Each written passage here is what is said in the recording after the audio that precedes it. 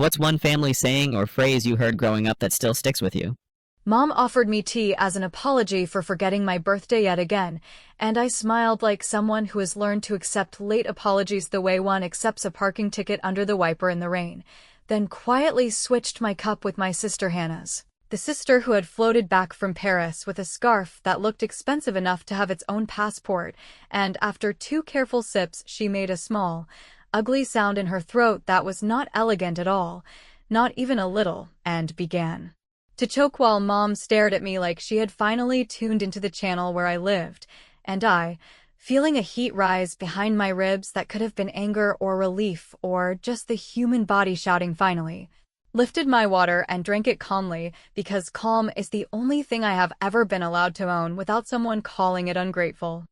If we are being honest, and I promised myself I would be, even if honesty comes out sounding like a bad joke, this moment did not begin with the tea or the switch, or even with Hannah's little Paris cough. It started with the way birthdays, mine specifically, always arrived at our house like stray cats that no one made eye contact with, creeping along the baseboards while my mother narrated the weather, and my father pretended to remember where he kept the screwdriver, and Hannah, bless her cosmopolitan heart, performed astonishment each year as if she had discovered gravity and wanted to take credit for it. By the time Mom texted, "Come over, let's have tea, I want to apologize for last night," where last night was my birthday dinner that somehow never happened because the roast needed another hour, and then everyone was tired.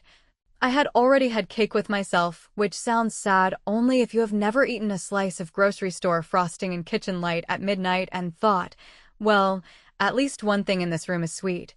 And I had already decided that if the apology turned into a tour of Hannah's week in Paris, the buttery pastries, the river that behaves like a mirror for dreams, the shoes that apparently walk themselves, I would let it roll off me like rain off a cheap umbrella and then go home and watch a show where the main character does not wait around to be chosen. Mom poured the tea with the slow, ceremonial movements she reserves for 2 occasions, when she wants to look maternal in photographs and when she is stalling for time, and the steam carried a smell I could not place right away, something floral and a little bitter, like a garden that has decided it is done being pretty, and she set my cup in front of me with both hands, which she does not do unless she wants me to feel cradled, or trapped, or both, and she said, with a smile that had too much instruction in it, "Sweetheart, it's your favorite," which was interesting because my favorite changes weekly and she has never kept up. Hannah, seated to my left with a scarf that could have doubled as a flag for a small rich country, was already narrating her jet lag as if she had invented it.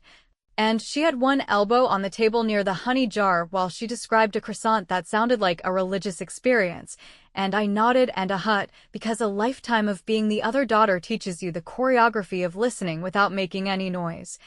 And somewhere between the words "tiny hotel balcony" and "view of the dome," I saw Mom's eyes flick down to my cup, and then flick up again, quick as a guilty sparrow, and I felt something in my stomach settle into place like a suitcase finally clicking shut. I do not want to sound like the villain in my own story, though I suppose villains rarely plan to audition for that role, but if we are distributing roles, someone had already done wardrobe and lighting for me. Because the cup at my hand looked exactly like Hannah's and exactly like Mom's, white with a thin gold rim and a little hairline crack that would photograph well if you wanted to post a caption about resilience. And I thought about how many times my mother has said things like, "You are too sensitive," and "Your sister takes feedback so well," and "Why do you always make things complicated?" and how those sentences land on your skin like sticky notes that no one ever peels off. And I knew that if I drank that tea, I would have to agree, again, to be the kind of daughter who swallows what she is given and says thank you for the aftertaste. So I did what I have done my entire life, which is absolutely nothing dramatic, just a small adjustment, a tiny tilt of the universe measured in centimeters rather than miles. The kind of movement that mothers never see unless they are watching for it on purpose, and while Hannah gestured about a pastry that flaked like snow, I slid my saucer forward and hers back, a quiet exchange like 2 polite strangers trading seats on a train. And then I waited for nothing because nothing is usually what happens to me, and instead I got the sound, that small wrong sound from her throat, and the way her hand went to her collarbone like she had swallowed a rude truth, and the room pressed in, not with panic exactly. More like choreography finally reaching the pivot point. Dad rushed, because Dad is good at rushing when it looks like a job, and Hannah coughed and wheezed and made that wet rasp that people make when their body decides to file a complaint, and Mom did not move right away. She stared at me with an expression I had last seen when she read the credit card statement and demanded to know why I would spend money on myself like that, and I lifted my water and drank and said, in a voice I borrowed from women who do not apologize for existing, it's probably the travel. The air is dry on planes, and I swear the honey on her tongue turned the air in the room heavy enough to touch. No one asked if I was okay because no one ever asks me that, and when the coughing eased and Hannah waved her hand like an actress accepting a smaller award than expected, Mom finally went to the sink and ran water and pressed a dish towel into my palm even though I did not need a towel. I needed a mother who knew my favorite tea without guessing, and she said, bright and brittle. Well, that was a scare, and I said, the way you do when you are paying attention to something else entirely.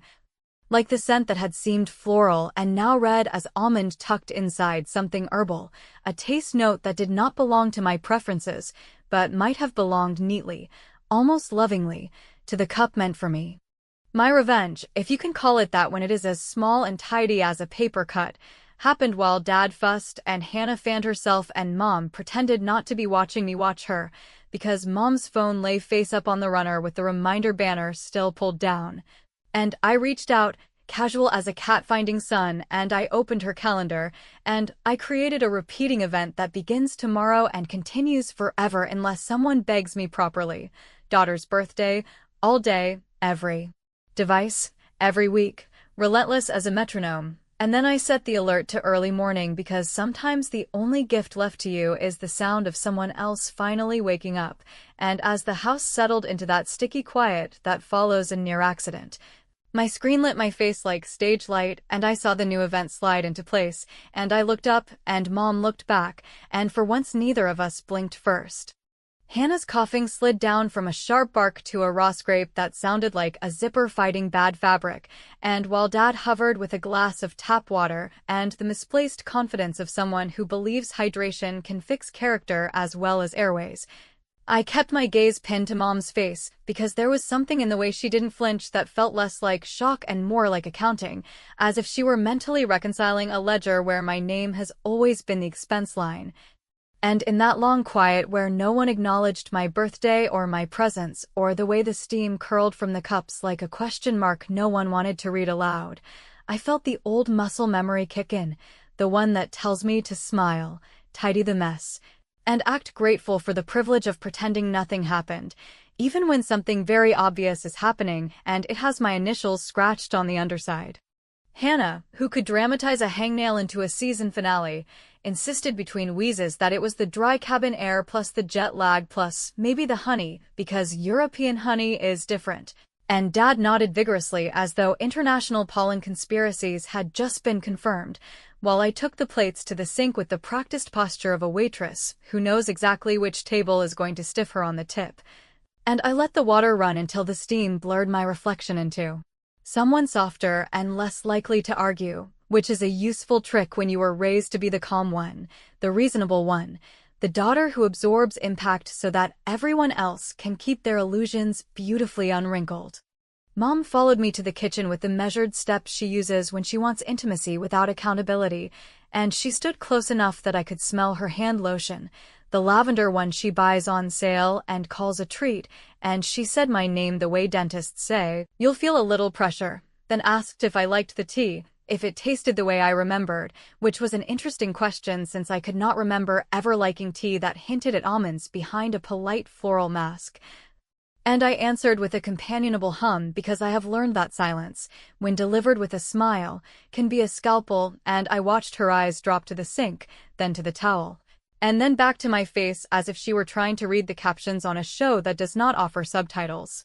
There is a particular brand of family memory that hits like a smell, Mom's voice flattening when I brought home good grades because Hannah had just been elected something with a sash, Dad's "we'll celebrate on the weekend," that never seemed to arrive. Hannah's delicate talent for telling stories where I was present only as a helpful shadow, and me, always me, measuring every reaction for its potential to make things worse. So when I felt irritation prickling the back of my neck like cheap tags on a new shirt, I did what I always do. I handled logistics, I stacked plates, I set the dishwasher to the setting Mom likes. I lined up the cups on the counter and looked down at the wet rings they left like tiny crop circles, and I noticed that Mom's cup, which she had not finished, smelled like plain chamomile, while the cup that had sat in front of me before I traded seats with fate had that almond whisper clinging to the porcelain, and the thought that slid into my head was not a scream or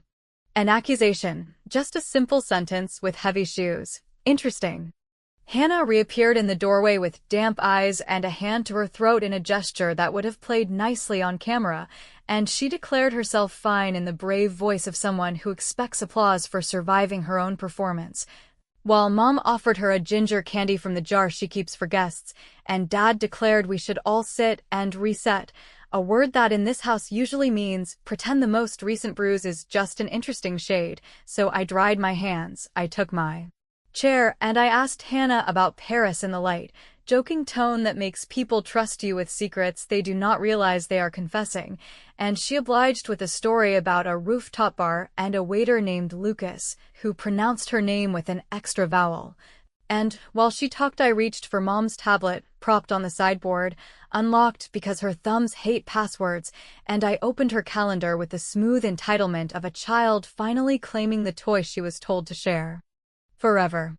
It took less than a minute to build a little stage that would force everyone to act differently, because I created an event for the following Saturday, an evening, not too late, a time neighbors like and relatives cannot easily refuse, and I titled it, with a smile I did not apologize for, May-up birthday dinner for my eldest daughter. Then I added the address of this house, a note that said family only, casual, but please bring one dish you know she loves, which would be a delightful puzzle since no one at this table has ever cared to learn the answer, and I invited the people who always appear when Mom wants to look like a mother on purpose.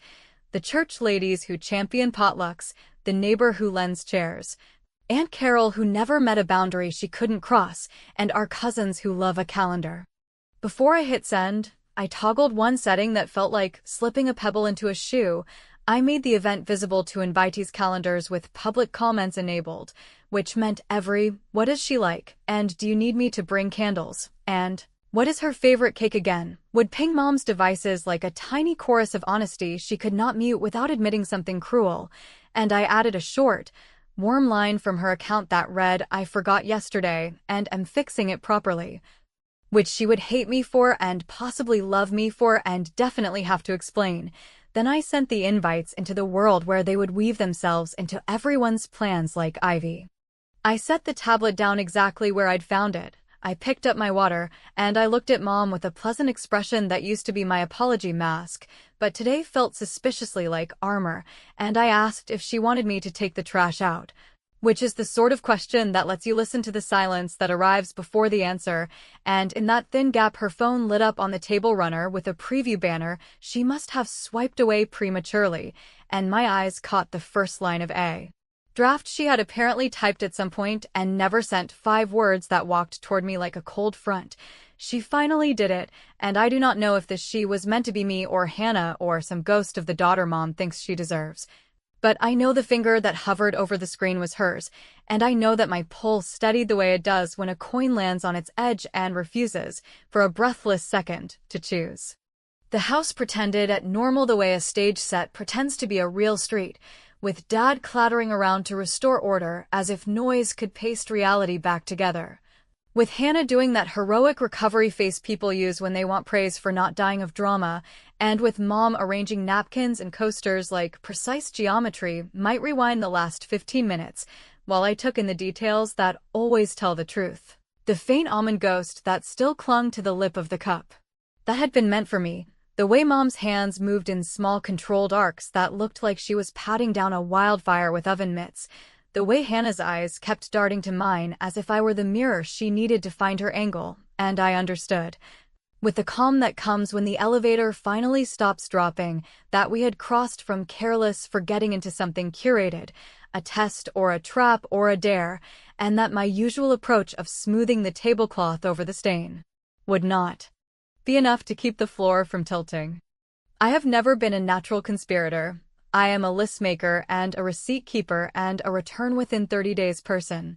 But the churn of old humiliations and small negotiations in my chest felt like a motor that had been idling for years and now decided to move the car. So while Dad launched into a folksy story about the time a peanut went down the wrong pipe at a Little League game, and he saved a stranger's child with the Heimlich, a tale I have heard enough times to mouth along with the adjectives, I stood, gathered the cups with the economical precision of a bartender at last call, and carried them to the sink because proximity to evidence is sometimes the only power you get when everyone else wants to rewrite the script before the ink dries.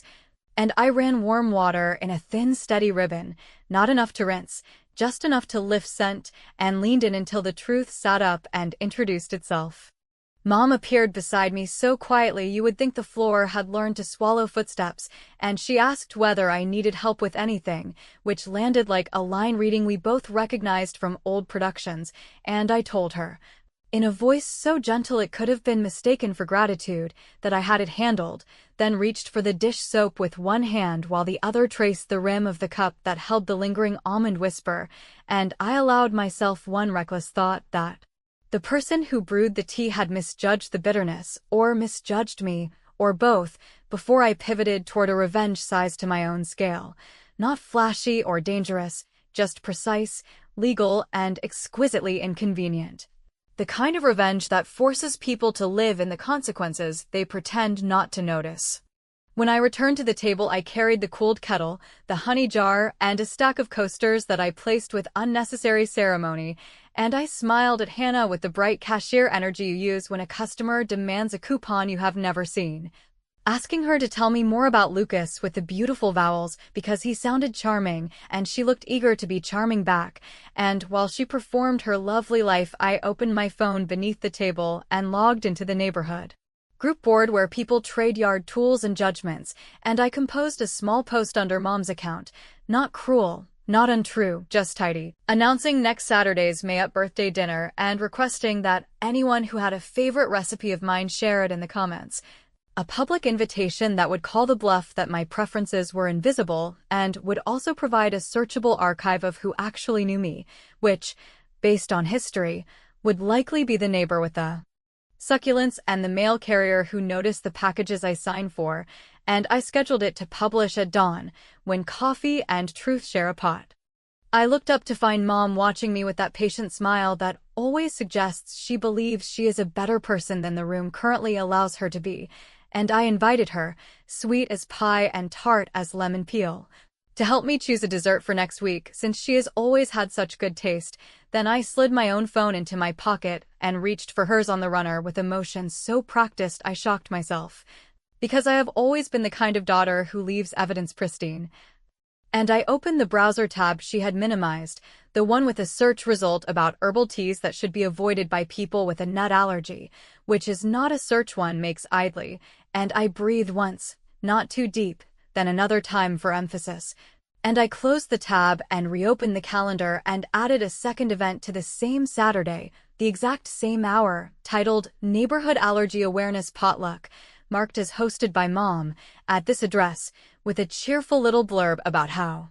families sometimes forget details and how we can all learn together. Invitations sent to the same church ladies and cousins, but also to the community contacts who never miss a chance to be helpful. And I set the phone down face up and watched the notifications crawl in like ants.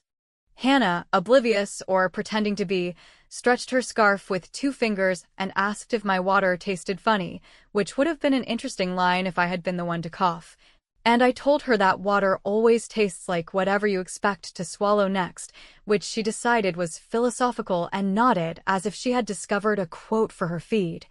While Dad launched into logistics about parking for next Saturday and the folding table in the garage, and Mom finally chose to speak in a register that sounded almost affectionate, asking if I would stay for dinner tonight so we could reset, which is a word I have come to understand means forgive me without requiring me to say sorry where anyone can hear it, and I said yes. Because sometimes you keep your seat not out of loyalty, but because the view is better than regret, and because my next move required proximity. In the kitchen, I found the bulk tin of the floral tea tucked behind the sugar canister like a secret with a paper label, and I turned it in my hands as if I might find a confession printed in small type. Then I took a clean zip-top bag from the drawer and, under the guise of replenishing the pantry caddy, I decanted a generous sample into the bag and slipped it into my tote with the care of someone packing away a newborn photograph, after which I returned the tin to its original quarter turn. Tilt and wiped the faint powder from the counter with the paper towel I used to dry my hands, and when I straightened, Mom stood at the doorway again, not startled and not smiling. Simply present in the way a person is when they have decided that observation is its own form of control, and she asked if everything was okay while looking directly at the free hand I kept pressed against the tote. And I answered in a single braided sentence about grocery lists and weekend plans and trying a new recipe. Then I added, like a ribbon on a gift, that if Hannah felt even a tickle in her throat tonight, we should absolutely visit urgent care because food allergies can be unpredictable and documentation is so important for family health histories. And I watched the idea of a paper trail move across Mom's face like a shadow across a sundial, slow and undeniable. Dinner slid toward evening with the heavy, polite small talk of people who are scared of nouns. And when I rose to leave, I collected my jacket and the tote and offered Hannah a ride to her apartment because the rideshare surge was ugly and her precious scarf did not look like it enjoyed humidity. And she said yes, with that relieved little laugh that belongs to younger sisters who mistake proximity for protection, and on the porch Mom squeezed my shoulder with the pressure of someone checking fruit for ripeness, saying drive safe, which sounded generous, but felt like a warning, and I promised I would. Then added that I might swing by the pharmacy for some allergy test kits just to be thorough, because it would be awful if anyone in the family had a sensitivity we kept ignoring, which made Dad nod, made Hannah roll her eyes playfully, and made Mom's smile crystallize into something that shines and cuts at the same time, and as we stepped into the night air that smelled like cut grass and distant grills, my phone buzzed with the first community replies to her public post about my favorite dishes, recipes, memories, names, and a photo of me at 8 with chocolate on my chin, and I thought, not kindly and not cruelly, that sometimes revenge looks exactly like a scrapbook you didn't ask for. We pulled away from the curb, Hannah buckling in while narrating her sore throat like an audiobook sample, and halfway down the block, she lowered her voice and asked, not playfully at all this time, whether I had noticed anything off about the tea because Mom had been acting strange lately and maybe I should be careful, which made me tap the brakes the tiniest degree because warnings are only interesting when they come from the person you never expect to warn you. And I told her that I had noticed a lot of things and that I was being very careful, and as the stoplight changed and the radio murmured about weekend weather, my phone flashed a new notification from the neighborhood board, a comment from our pharmacist neighbor offering to run a quick, unofficial screen on any sealed sample of the tea for peace of mind, and I heard myself say, in a voice that already knew its destination, that we would make one quick stop before I took her home, because sometimes the shortest route to the truth is the one that takes you past the person who prints the labels. The pharmacy's after-hours light threw that tired rectangle onto the sidewalk that always makes small towns look like movie sets trying a little too hard, and as I parked beside the chipped curb while Hannah adjusted her scarf like she was about to meet the press, I felt the calm resolve that has been building since the tea settled into my bones the way a good seatbelt settles into your shoulder during turbulence. Not comforting exactly, but undeniably useful, and I walked her inside with the zip top bag tucked in my tote and my voice tuned to that friendly register that makes professionals forget to put up their guard. Because tonight I needed clarity that did not come from family testimonies or selective memory, but from the kind of person who knows the difference between marketing words and molecules. Mr. Patel, who has filled our prescriptions long enough to remember the year Dad went enthusiastically gluten-free and the month Mom flirted with essential oils. lifted the counter flap, and waved us to the little consultation nook that smells faintly of rubbing alcohol and mint gum, and he listened while I laid out the sequence, with a steadiness I did not entirely feel, the apology tea. The switch that was really a parking shuffle of porcelain, the almond note that did not belong to my preferences or to our pantry, the coughing fit that seemed too fast for drama and too convenient for coincidence, and when I finished, he did not give me the pity face or the scandal face. He gave me the professional face that says run the simplest test that rules out the obvious and work upward from there, which is the only hierarchy I respect in moments like this. He explained, in that patient tone pharmacists use with people who have been betrayed by labels before, that while his tools were designed for quick peace-of-mind screens rather than courtroom exhibits, he could check for certain nut protein traces and a couple of common adulterants that occasionally wander into herbal blends when manufacturers get lazy or when someone plays amateur apothecary. And he asked if the sample had stayed dry and uncontaminated, which it had because I may forgive easily, but I do not handle evidence sloppily. And he took the bag into the little back room behind the immunization posters while Hannah perched on the chair and narrated her throat sensation with the drama of a weather report that expects applause for predicting rain. While we waited, I texted Dad that I was dropping Hannah at her place and would head home afterward, which earned a thumbs up and a drive safe, the family motto of people who prefer to paper cuts instead of stitches. And then I opened my neighborhood board app to find the public thread I had scheduled from Mom's account blooming with comments like an honest garden, Aunt Carol volunteering her famous potato salad, while also asking, bright as a megaphone, what my favorite dessert actually was.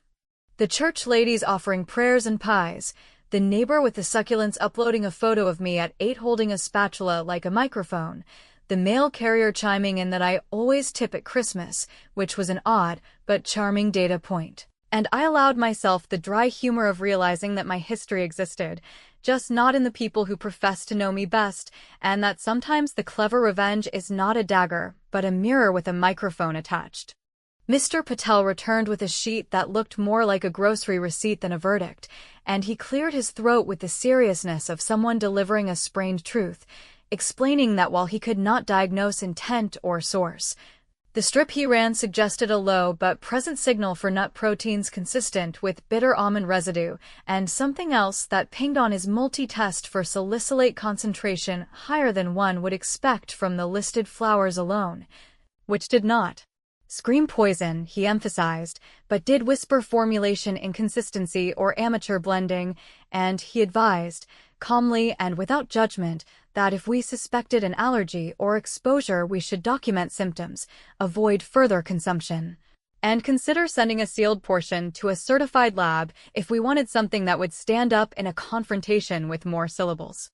Hannah, who had gone very quiet in the way people do when reality finally catches up to their performance schedule, asked whether flying could make you sensitive to tea, which Mr. Patel addressed kindly while essentially saying no. And then she asked whether people ever add almond extract to make teas taste fancy, which he also addressed kindly while essentially saying that reputable blends list those additions and amateurs are not reputable, and I felt my heartbeat step down a rung on the latter because the shape of the evening had shifted from is this all in my head to something with edges I could name without sounding hysterical, and I thanked him with a sincerity that surprised even me. Then asked whether he would be comfortable sending us a short written note about the strip findings for peace of mind, which he provided with careful hedges like a well-built fence. Back in the parking lot, where the light had gone from theatrical to tired, I handed Hannah a bottle of water and suggested that she text Mom to say she was fine but would avoid tea for a bit, a practical instruction that conveniently introduced the words documented sensitivity into the family vernacular, and I added, in the same steady tone, that I would be purchasing a new set of cups for next Saturday because the old ones seemed to have acquired a reputation, a quiet little jab that felt like folding a note into Mom's pocket rather than a punch, and when Hannah asked if I believed Mom could ever, I did not answer with the easy absolutes she sought. I answered with the only sentence that felt honest. That belief was cheap and evidence was expensive, and I was done paying with my sanity. On the way to her apartment, I swung by a big box store that sells apology bouquets and holiday inflatables year-round, and I chose a plain white porcelain set with no gold rims, no hairline cracks, no family lore baked into the glaze. And I bought a lockable tea tin and a box of sealed tea bags with ingredients printed in fonts a lawyer would admire. Then I added a small wireless camera disguised as a kitchen thermometer, because sometimes revenge wears a cheerful retail sticker and requires no speeches at all, only the quiet confidence that people who rehearse innocence when observed tend to improvise when they think the stage is empty. And as I placed the bags into my tote alongside Mr. Patel's cautious note, I felt the oddest surge of gratitude for big box anonymity, which offers tools to people like me without asking why we need them. I dropped Hannah at her building with a promise to text in the morning and a reminder to take an antihistamine if her throat felt scratchy, and as she walked away with her scarf lifted like a flag in the night breeze, she turned back, swallowed once, and said she would probably crash early because she felt weird, a word that landed somewhere between ordinary exhaustion and stage direction. Then she added, almost as an afterthought, that Mom had called twice while we were inside and left no message, which is the kind of silence that actually has a sound if you know how to listen. And by the time I pulled into my driveway, my phone had filled with neighborhood comments confirming side dishes and asking about my favorite cake, chocolate with too much frosting, obviously, and one last notification that made my stomach tilt in a way that was not fear so much as anticipation. A calendar update from Mom's account canceling next Saturday's May-up dinner for unexpected personal reasons,